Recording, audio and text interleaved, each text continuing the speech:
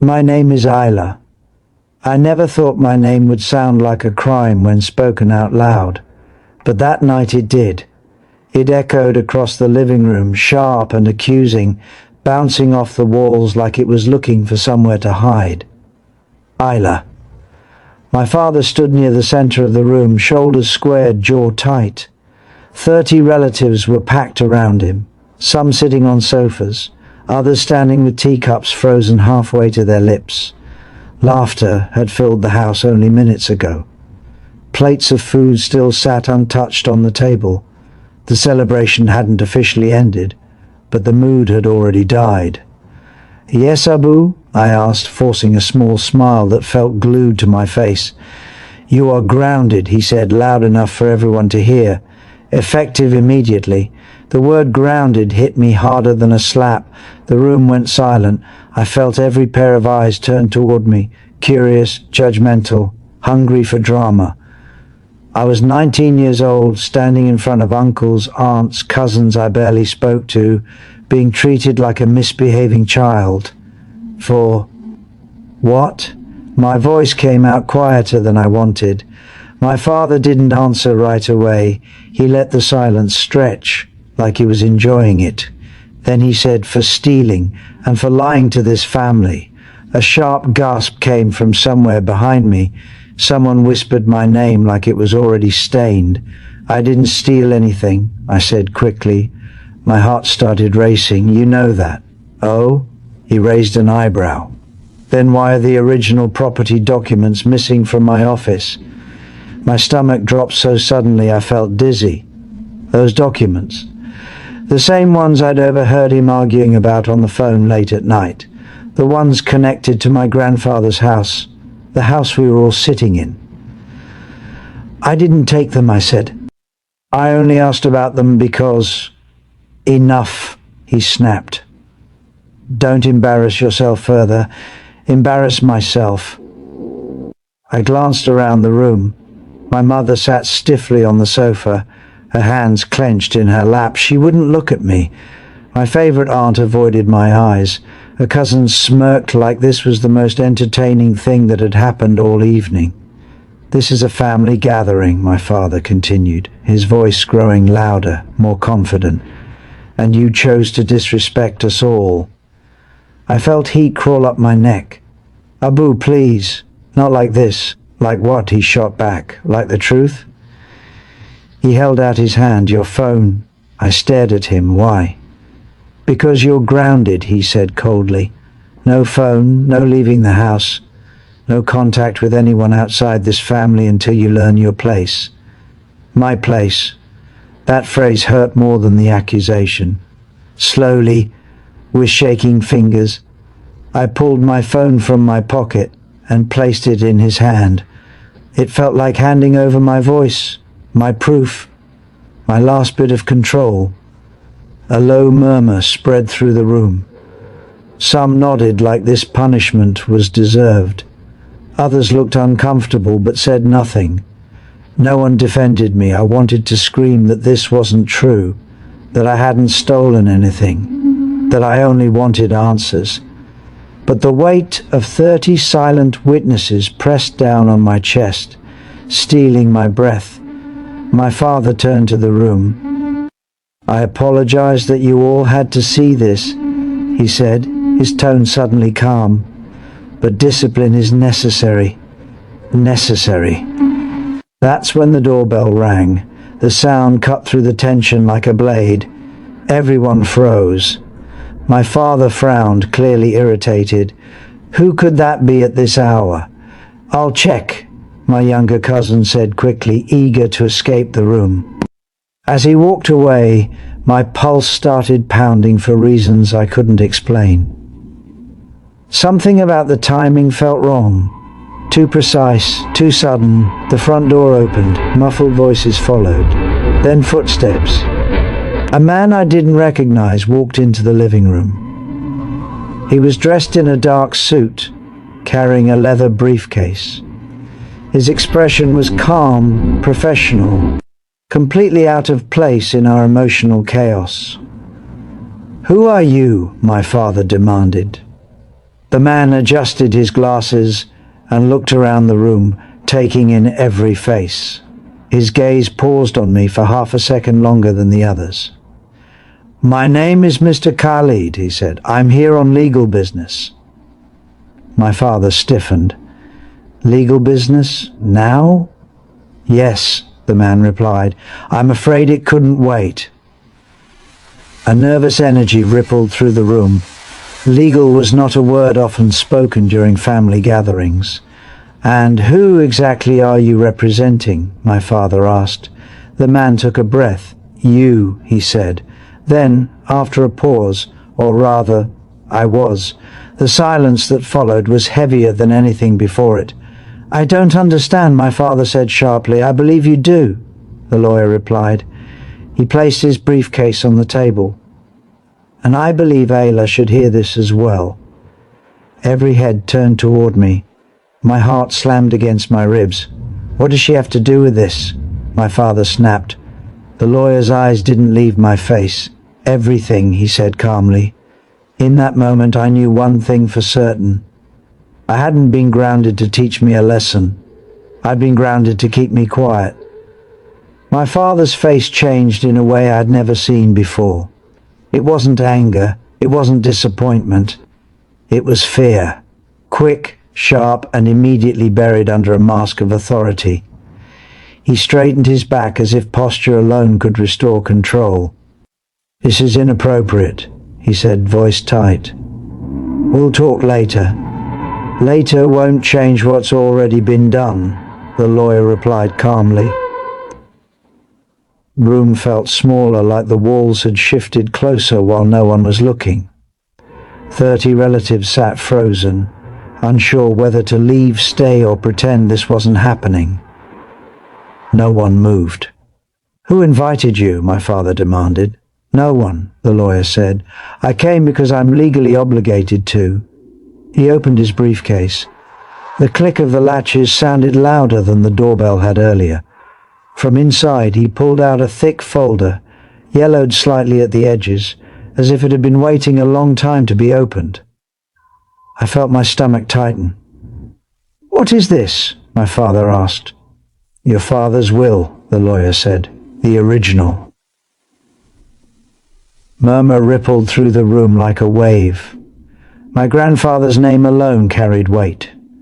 He had been respected, feared, and quietly powerful. When he died, everyone had assumed my father inherited everything. No one questioned it. Why would they? "That document was replaced years ago," my father said quickly. "Legally." "Yes," the lawyer replied. "Replaced, not revised." The difference hung in the air. I stepped forward without realizing it. "What does that mean?" The lawyer turned to me, his expression softening slightly. "It means the version your father submitted to the court was not the one your grandfather signed." My ears started ringing. "You're saying it's fake?" My father's eyes snapped to me. "I'll be quiet for 10 years. The lawyer continued, ignoring him. "This family has lived under the assumption that your father was the sole heir. But your grandfather had concerns." "What concerns?" one of my uncles asked, unable to stay silent any longer. The lawyer opened the folder and pulled out a document sealed in plastic. He was worried the house would be sold, that the land would be divided, that his legacy would disappear. My chest tightened. I remembered my grandfather sitting with me in the courtyard when I was younger, telling me stories about how he built the house brick by brick, how he said, "This place needs a guardian, not an owner." "I don't see what this has to do with Ayla," my father said, his voice rising. "She's a child. She doesn't understand these matters. She understands more than you think," the lawyer said quietly. "And according to this document, she had to." He looked directly at me. "Your grandfather named you as the primary beneficiary of the house." The words didn't register at first. "Me?" I whispered. The room exploded. "That's impossible." She was barely 9 when he died. This makes no sense." My mother let out a sharp breath, her hand flying to her mouth. Tears welled instantly in her eyes. "That's ridiculous," my father said, laughing harshly. "You expect us to believe he skipped his own son?" "He didn't skip you," the lawyer replied. "He limited you.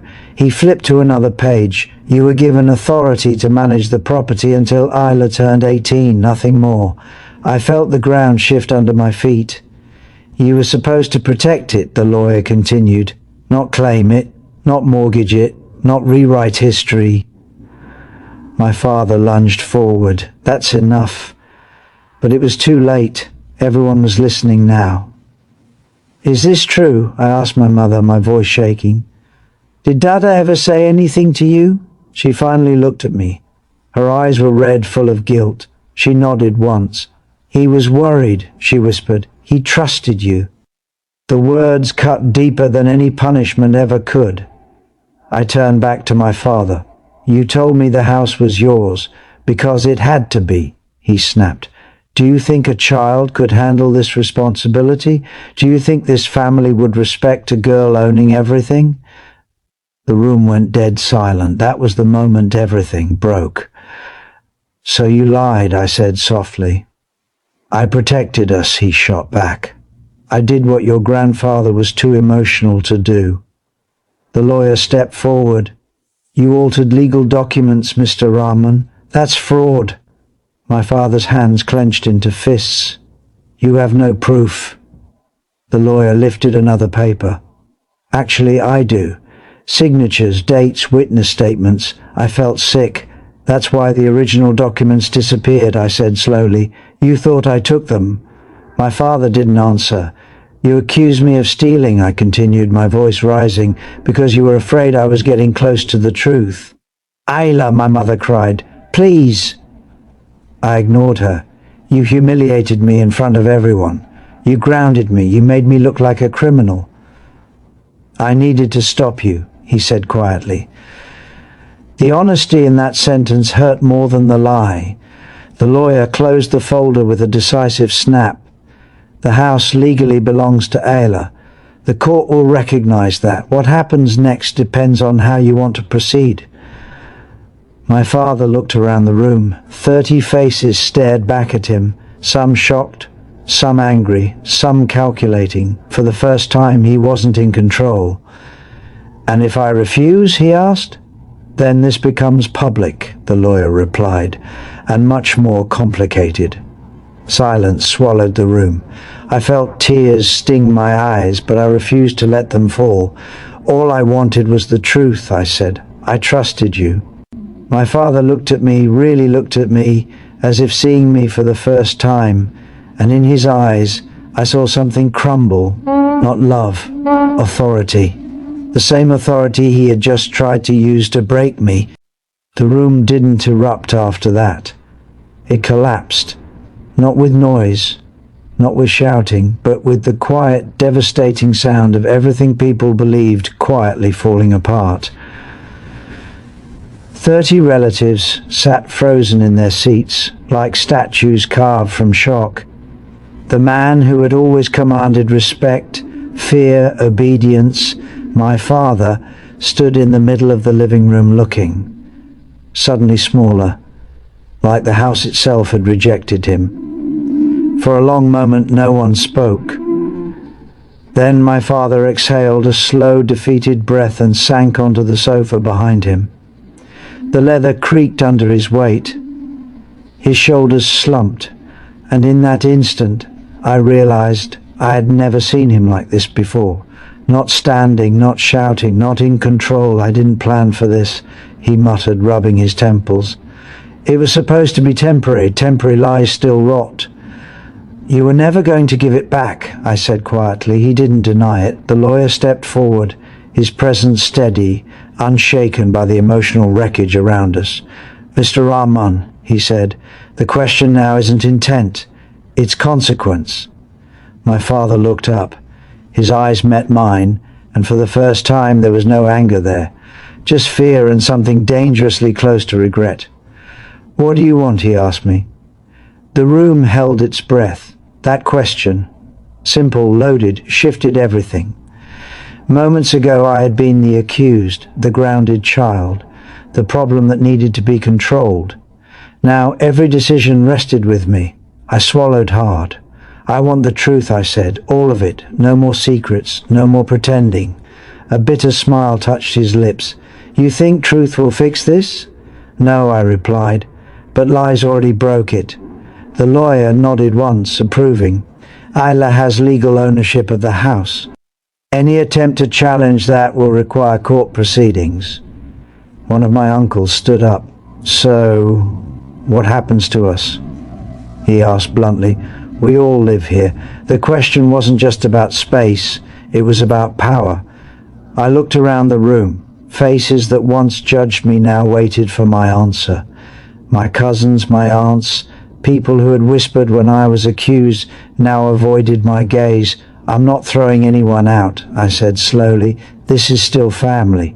My father's head snapped up. You'd let them stay? I'm not you, I said. The words landed harder than any accusation. My mother rose from the sofa, trembling, and walked toward me. Ayla, she whispered, I should have protected you. I let her take my hand. Her grip was tight, desperate. I needed you to tell the truth, I said gently. Tears spilled down her cheeks. She nodded, unable to speak. The lawyer cleared his throat. There is also the matter of financial misuse, mortgages, unauthorized leases. My father closed his eyes. That's why the money never added up, I said, memories clicking into place. That's why you were always angry. I was trying to keep everything together, he said weakly. No, I said, you were trying to keep control. A few relatives quietly stood and began gathering their things. Some muttered excuses. Others left without a word. The audience was thinning now that the performance was over. One aunt stopped beside me. We didn't know, she said softly. You saw what you wanted to see, I replied. She looked away. When the room had emptied to just us, the lawyer, my parents, and a few stunned relatives, I felt the weight of exhaustion crash over me. My legs shook. My chest ached like I'd been holding my breath for years. The lawyer handed me a copy of the document. You don't have to decide everything tonight, he said, but you should know, this house is legally yours. I stared at the paper. My grandfather's signature sat at the bottom, firm and familiar. He trusted me, I whispered. Yes, the lawyer said, he did. My father stood slowly, like every movement cost him something. He stopped in front of me, close enough that I could see the lines in his face I had never noticed before. I taught you to obey, he said. I didn't expect you to stand up to me. You taught me to value family, I replied. That includes myself. For a long second I thought he might argue. Instead, he nodded once. I was wrong, he said. The words were quiet, almost swallowed by the room, but they were real. Not forgiveness, but acknowledgement. That night, after everyone left, I walked through the house alone. The corridors felt different, lighter, like they had been holding their breath too. I ran my hand along the wall my grandfather had built. I remembered his voice. This place will protect you if you protect it. For the first time I understood what he meant. I went to my room not as someone grounded, not as someone silenced, but as someone who finally knew the truth. Power didn't come from control, it came from courage. And that night the house didn't feel like something I lived in. It felt like something that belonged to me.